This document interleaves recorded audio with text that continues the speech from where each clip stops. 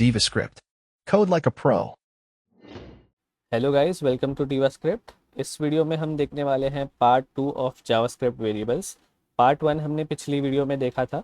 अगर आपने वो वाली वीडियो नहीं देखी तो आई वुड रिकमेंड कि पहले आप वो देख लीजिए, ताकि इस वीडियो को समझने में आपको कोई प्रॉब्लम ना हो। JavaScript A to Z tutorial series की सारी वीडियोस आपको प्लेलिस्ट में मिल जाएंगी, जिसका लिंक मैंने डिस्क्रिप्शन में भी ऐड कर दिया है। तो चलिए स्टार्ट करते हैं।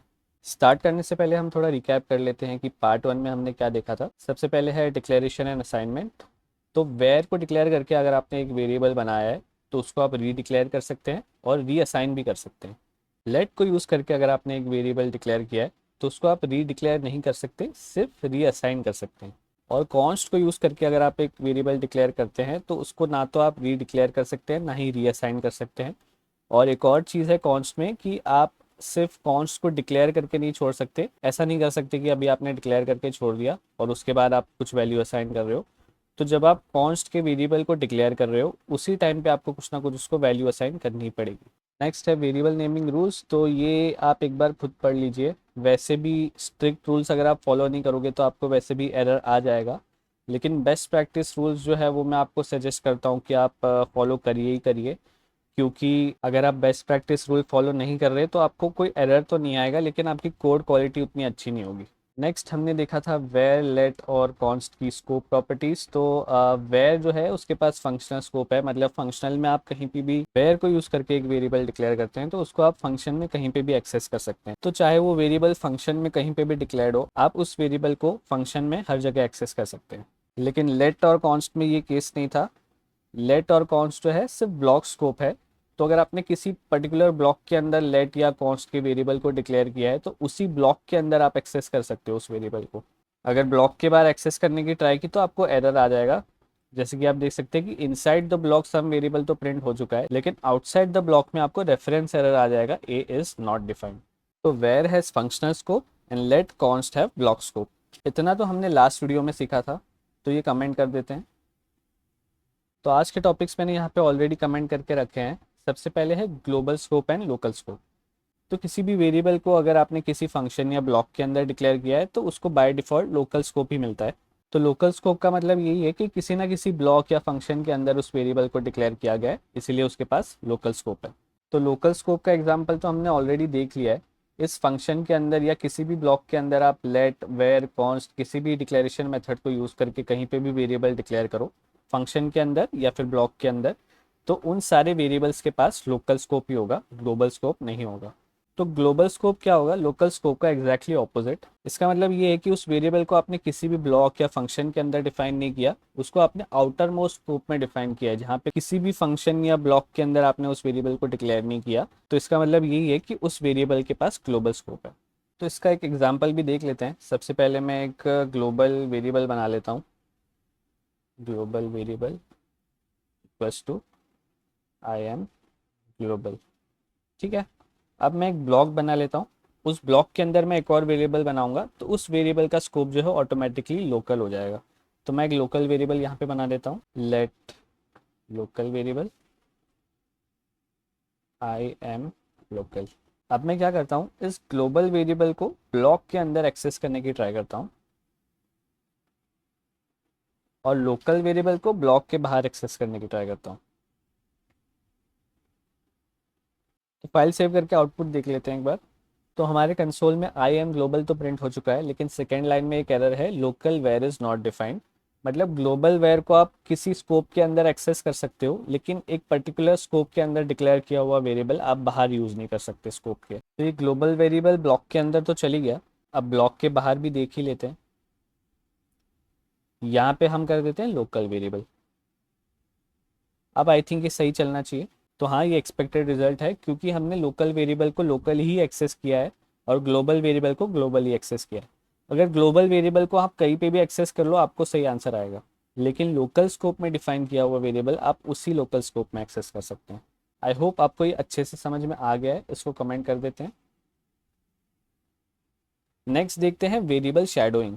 तो अब जब आप स्कोप अच्छे से समझ गए हैं तो डिक्लेरेशन एंड असाइनमेंट को फिर से रिविजिट करते हैं एक बार। यहाँ पे जब हमने लिखा था let can not be redeclared, const can not be redeclared और रीअसाइंड, इसमें एक एडिशन हो जाएगा। यहाँ पे हम लिखेंगे इन सेम स्कोप। यहाँ पे भी सेम लिखेंगे, इन सेम स्कोप। तो इसका मतलब ये है कि ये वेरिएबल जब हमने डिक्लेयर किया था ये तो था ग्लोबल स्कोप में, तो हम फिर से ग्लोबल स्कोप में ही उसको डिक्लेयर करने की ट्राई कर रहे थे। तो सेम स्कोप में लेट वेरिएबल रीडिक्लेयर नहीं हो सकता, वैसे ही सेम स्कोप में कॉन्स्ट वेरिएबल रीडिक्लेयर या रीअसाइन नहीं हो सकता। तो अब हम ट्राई करके देखते हैं कि अलग अलग स्कोप में क्या होता है। यहाँ पे मैं ग्लोबल स्कोप का वेरिएबल बना लेता हूँ और एक लोकल वेरिएबल बनाते हैं जिसको हम इस ब्लॉक के अंदर लिखेंगे। सेम वेरिएबल नेम का एक और वेरिएबल डिक्लेयर कर देते हैं यहाँ पे, लेकिन कुछ वैल्यू अलग रखेंगे। तो ग्लोबल वेरिएबल में जो वैल्यू है वो है बर्गर और लोकल वेरिएबल में जो वैल्यू है वो है पिज़्ज़ा। अब यहाँ पे हम दो कंसोल डॉट लॉग स्टेटमेंट्स भी लिख लेते हैं, एक ब्लॉक के अंदर एक ब्लॉक के बाहर। तो फाइल को सेव करने से पहले मैं चाहता हूँ कि आप एक बार खुद सोचें और गेस करें कि इनसाइड द ब्लॉक में कौन सा फूड प्रिंट होना चाहिए और आउटसाइड द ब्लॉक में कौन सा फूड प्रिंट होना चाहिए। अब हम फाइल सेव कर देते हैं, आउटपुट आ चुका है। इनसाइड द ब्लॉक में आ रहा है पिज़्ज़ा, आउटसाइड द ब्लॉक में आ रहा है बर्गर। क्यों? क्योंकि ब्लॉक के अंदर हमने फूड नाम के वेरिएबल को फिर से डिक्लेयर कर दिया है जो कि ऑलरेडी ग्लोबल स्कोप में एग्जिस्ट कर रहा था। तो अगर मैं लाइन नंबर 68 को भी कमेंट कर दूं, इसका मतलब ये है कि ये एग्जीक्यूट नहीं होगी, तो हमारे पास दोनों में बर्गर आ जाएगा। तो अब लाइन नंबर 68 को अनकमेंट करने से क्या होगा कि जो ग्लोबल वेरिएबल था फूड, उसको लोकल वेरिएबल फूड ने ओवरराइड कर दिया है। तो फाइल को सेव करने के बाद आपको फिर से पुराना रिजल्ट मिल जाएगा। तो ये जो local variable global scope variable को अपनी लोकल स्कोप में ओवरराइड कर रहा है, उसी को हम वेरिएबल शैडोइंग कहते हैं। तो यही सेम चीज़ आप लेट के साथ भी ट्राई कर सकते हैं। इसको कर दिया लेट, इसको भी कर दिया लेट, फाइल को सेव करते हैं, सेम रिजल्ट मिलेगा। और वेयर का तो आपको पता ही है, वो तो सेम स्कोप में ही आपको वेरिएबल को रीडिक्लेयर करने के लिए अलाउ कर देता है। तो आई होप वेरिएबल शैडोइंग आपको अच्छे से समझ में आ गई है। इसको कमेंट कर देते हैं। नेक्स्ट देखते हैं when to use where, late and const. सबसे पहले देखते हैं वेयर। तो वेयर को तो हमें मॉडर्न जावास्क्रिप्ट में कभी यूज़ नहीं करना चाहिए। यहाँ पे मैंने मॉडर्न जावास्क्रिप्ट क्यों लिखा है, क्योंकि वेयर जो है वो ES6 के पहले एग्जिस्ट करता था। जब ES6 रिलीज़ हुआ था उसके बाद की जो भी जावास्क्रिप्ट वर्जन्स थी उसे हम मॉडर्न जावास्क्रिप्ट कहते हैं। तो ES6 में ही लेट और कॉन्स्ट को इंट्रोड्यूस किया गया था। तो लेट और कॉन्स्ट को क्यों इंट्रोड्यूस किया गया था, उसके पीछे भी रीज़न है, क्योंकि वेयर में बहुत सारे फ्लॉज थे। जैसे कि हमने अभी देखा कि वो सेम स्कोप में वेरिएबल को रीडिक्लेयर करने के लिए अलाउ कर देता है। तो अगर आपका कोड बहुत बड़ा है और गलती से आगे जाके आपने सेम वेरिएबल नेम यूज़ करके एक वेरिएबल फिर से डिक्लेयर कर लिया, तो आपका जो इनिशियल वेरिएबल था उसकी एग्जिस्टेंस ही खत्म हो जाएगी। तो ये बहुत ज़्यादा रिस्की है। सेकेंड ये है कि वेयर के पास फंक्शनल स्कोप है। इसका मतलब फंक्शन के अंदर भी अगर छोटे से छोटे ब्लॉक में कहीं पे भी आपने वेयर को यूज़ करके एक वेरिएबल डिक्लेयर किया है, तो उसको पूरे फंक्शन में आप कहीं पे भी एक्सेस कर सकते हो। तो ये जो है बेस्ट प्रैक्टिस नहीं है, इसको कहते हैं कोड लीक। कोड लीक क्या होता है कि जब आप नहीं चाहते एक पर्टिकुलर ब्लॉक के बाहर इस कोड को एक्सेस करा जा सके पर फिर भी वो हो जाता है, तो उसे हम कहते हैं कोड लीक। तो वेयर यूज़ करने से तो आपके कोड लीक के चांसेस 100% हो जाते हैं, जो कि लेट और कॉन्स्ट के साथ नहीं है, क्योंकि वो block scope variable declaration methods है। तो उनके ब्लॉक के बाहर किसी वेरिएबल को एक्सेस करने के चांसेस जीरो हो जाते हैं। एक और चीज़ होती है होस्टिंग। मैं आपको शॉर्ट में बता देता हूँ होस्टिंग क्या होती है। तो होस्टिंग का मतलब ये है कि जब जावास्क्रिप्ट प्रोग्राम रन हो रहा होता है तो सारे डिक्लेरेशन को वो टॉप पे पुश कर देता है। तो ये पहले हमने देखा था कि किसी वेरिएबल को हम बस डिक्लेयर करके छोड़ दे और कंसोल डॉट लॉग करे उस वेरिएबल को, तो हमें मिलेगा अनडिफाइंड। इसका मतलब ये है कि वेरिएबल एग्जिस्ट तो करता है लेकिन उसमें कोई वैल्यू नहीं है। लेकिन अगर मैं इस स्टेटमेंट को कंसोल डॉट लॉग के नीचे लिख दूँ और फाइल सेव करूं, तो हमें एरर आ जाएगा, क्योंकि हम डिक्लेरेशन के पहले ही उस वेरिएबल को एक्सेस करने की ट्राई कर रहे हैं। और एरर में भी यही लिखा है कि can not access A before initialisation. Const के केस में भी आपको सेम एरर आएगा, लेकिन वेयर के केस में अब हमारे पास आ रहा है अनडिफाइंड। इसका मतलब ये है कि वेयर को यूज़ करके डिक्लेयर किए हुए वेरिएबल्स की होस्टिंग हो जाती है, मतलब उनके डिक्लेरेशन टॉप लेवल पे चले जाते हैं। तो भले ही हमने कंसोल डॉट लॉग जो है वेयर ए के पहले लिखा है, वेयर ए की डिक्लेरेशन कंसोल डॉट लॉग से पहले होगी। तो आप सोच रहे होंगे कि इसमें प्रॉब्लम क्या है। तो प्रॉब्लम ये है कि अगर मैं ए को कोई वैल्यू असाइन कर दूं फिर भी ये अनडिफाइंड ही आएगा।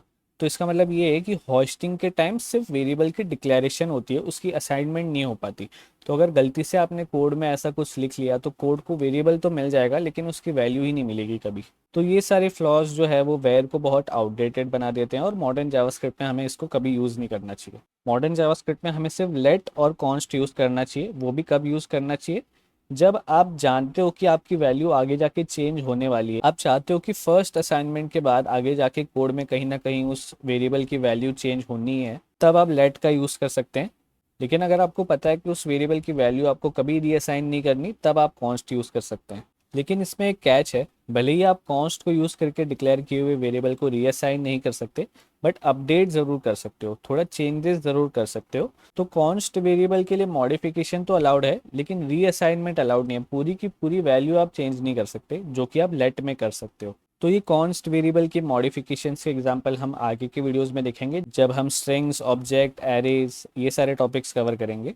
तो आज की वीडियो यहीं पे एंड करते हैं। आई होप आपको सब कुछ अच्छे से समझ में आ गया है। नेक्स्ट वीडियो में हम सीखेंगे जावास्क्रिप्ट के डेटा टाइप्स के बारे में। अगर आपको ये वाला वीडियो अच्छा लगा तो लाइक कर दीजिए, कोई डाउट हो तो आप कमेंट कर सकते हैं, और आपके और भी दोस्त जो जावास्क्रिप्ट सीखना चाहते हैं उनके साथ ये वीडियो शेयर भी कर दीजिए। मिलते हैं नेक्स्ट वीडियो में, तब तक के लिए कीप कोडिंग, कीप लर्निंग।